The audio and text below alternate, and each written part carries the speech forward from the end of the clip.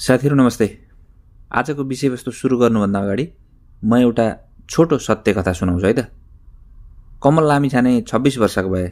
गाउँमा जन्मिएका उनी नजिकैको शहरमा बसेर 3-4 वर्ष जागिर पनि खाए। तर जीवनमा खासै ठूलो परिवर्तन केही पनि आएन। खाडी मुलुकबाट राम्रो डिमान्ड आएको कारणले गर्दाखेरि अब पासपोर्ट बनाउनु पर्ने भयो। पासपोर्ट बनाउनको लागि उनले नागरिकता पहिले लिइसकेका थिए। ओडाको सिफारिस चाहियो, अन्य कागजातहरू सबै जुटाएर उनी जिल्ला प्रशासन कार्यालय गएका थिए। उक्त कार्यालयको बाहिर बसेका दर्जनौं बिचौलाहरूको अफिस मध्ये उनले चिनेको एकजनाबाट आवश्यक फारम भरे र फारम बुझाउँदा झ्यालभित्रको कर्मचारीले फाइल उल्टाइ पल्टाए अरे, ल तपाईको सबै ठिक छ, तर अभिलेखीकरण चाहिँ चाहिन्छ है। उनी अचम्मित भए। उनलाई अभिलेखीकरणको बारेमा थाहै थिएन। नागरिकता त सक्कली नै हो मेरो, के को अभिलेख चाहियो? अनि कर्मचारीले हल्का रुखो स्वरमा भने, तपाईले आफै ल्याउनु पर्यो नि त अभिलेख। तपाईले आफै ल्याउने हो भने तपाई हो, छिटो हुन्छ। तर तपाईको नागरिकतै अर्को जिल्लाको छ। नागरिकता अर्को जिल्लाको भएको कारणले गर्दा तपाईको अभिलेखमा ठिक छ कि छैन त्यो त रुजु गर्नु पर्यो नि सर। काम चाहिँ हुन्छ तर एकदमै समय लाग्छ। अनि कमलले भने, अर्को जिल्ला गएर आउन त 2-3 दिन टाइम लाग्छ सर, गाह्रो हुन्छ नि यो त। अनि कर्मचारीले रुखो स्वरमा भने, त्यसो भएदेखि हामीले नै गरिदिनु पर्ला जस्तो छ। अब यहाँ हाम्रो भित्र अफिसबाट गाह्रो हुन्छ, बाहिर गएर अभिलेख मगाउनु। कमलले थाहा पाइहाल्यो अभिलेखीकरणको मतलब केही बहाना बनाउनु थियो कर्मचारीलाई, अनि त्यही बहानामा पैसा लुट्नु थियो। त्यसैले उनी सरासरी बाहिर गए र अघि जुन दलाललाई फारम भर्ने काम लगाएका थिए त्यही दलाललाई सोद्धाखेरि तपाईको अन्तरजिल्ला पर्यो, अन्तरजिल्ला भएको कारणले गर्दाखेरि तपाईको 2500 रुपैयाँ लाग्छ।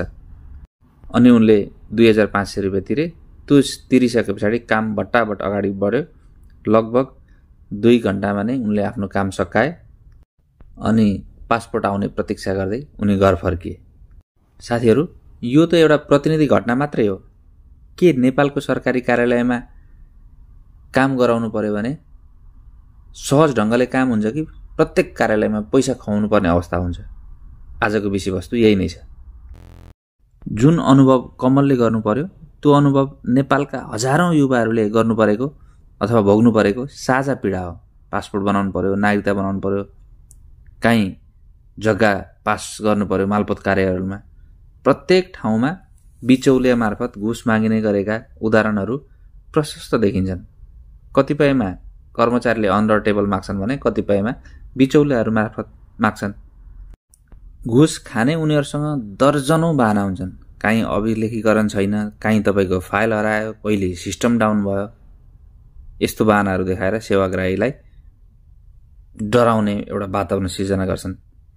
कहीँ 2 हप्ता 3 हप्ता लाग्ने काम तपाईको 2 दिनमै हुन्छ, सानो सहयोग गरे पुग्छ भनेर सेवाको गति बेच्ने काम गर्छन्। कतिपय अवस्थामा स्थानीय कर्मचारीदेखि लिएर त्यहाँको कार्यालयको प्रमुख अधिकृतसम्म उनीहरूले पार्टनरशिपमा काम गरिरहेको र सेवा शुल्कभन्दा बढी नै असुल्ने चलन पनि छ। उनीहरूमा कारबाही नै हुँदैन। नेपालमा सिस्टमै करप्ट भइसकेको छ, संस्थागत रूपमा नै भ्रष्टाचार हुन्छ भन्ने एउटा मनोविज्ञान पनि छ। अनि सबैभन्दा प्रमुख कारण मध्ये एक चाहिँ के हो भने हामी सेवाग्राहीलाई पनि लाचार हुनुपर्ने अवस्था छ। हामी चाहे कम पढे लेखेको होस् अथवा बढी नै पढे लेखेको होस्, हामीलाई छिटो छरितो र सजिलो रूपमा काम चाहिएको छ, चाँडो काम चाहिएको छ। कसैको विदेश जानुपर्ने छ, कसैलाई अस्पतालको सिफारिसै चाहिएको छ, त्यो पनि सबै सर्टकट मेथडबाट। त्यो भएको कारणले गर्दाखेरि हरेक जस्तो सरकारी कार्यालयहरूमा भ्रष्टाचार चाहे देखिने गरी चाहे नदेखिने गरी भएकै हुन्छ। त्यसको लागि हामीले पनि सचेत हुनु जरुरी छ। अहिले मैले जुन कमलको कथा सुनाए त्यो एउटा व्यक्तिको मात्रै कथा हैन, यो त हाम्रो नेपालको जुन व्यवस्था छ त्यो व्यवस्थाको एउटा कुरूप अनुहार पनि हो। साथीहरु, जबसम्म सेवा दिने जुन कर्मचारी हुन्छ त्यो कर्मचारीमा नैतिकता अनि राज्यमा जवाबदेहिताको भावना आउँदैन, तबसम्म कमल अनि कमल जस्ता हजारौं युवाहरू दैनिक रूपमा लुटिरहन्छन्। साथीहरु, आजको यो भिडियो सामग्री सुनिसके पछाडि देखिसके पछाडि तपाईलाई तपाईको अनुभव चाहिँ कस्तो छ कृपया कमेन्ट गर्न नभुल्नुहोला। अनि अबदेखि सरकारी कार्यालयहरू जाँदाखेरि सरकारी कर्मचारीको अनुहार देख्ने बित्तिकै ओहो यो त घुसिया हो, यो त भ्रष्टाचारी हो भन्ने जस्तो जुन हामीलाई उनीहरूको इमेज देखिरहेको छ त्यो इमेजलाई बिस्तारै सुधार्दै जाउँ। अनि तपाईँ सरकारी जागिर खाइराख्नु भएको साथीहरू हुनुहुन्छ भने पनि होला सरकारी कार्यालयमा जागिर खाँदा थोरै तलब होला, त्यति नै तलबले पनि तपाईँको घर राम्रोसँग चल्न सक्छ।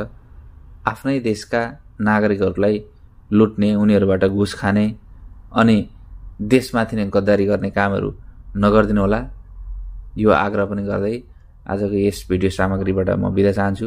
कृपया हाम्रो च्यानललाई सब्सक्राइब गर्नुभएको छैन भने सब्सक्राइब पनि गर्नुहोला र यस्तै खाले कन्टेन्टहरू हामी नियमित रूपमा ल्याउने प्रतिबद्धता पनि व्यक्त गर्दै आजको यस भिडियो सामग्रीबाट चाहिँ बिदा चाहन्छु। हवस् त, धन्यवाद, नमस्कार।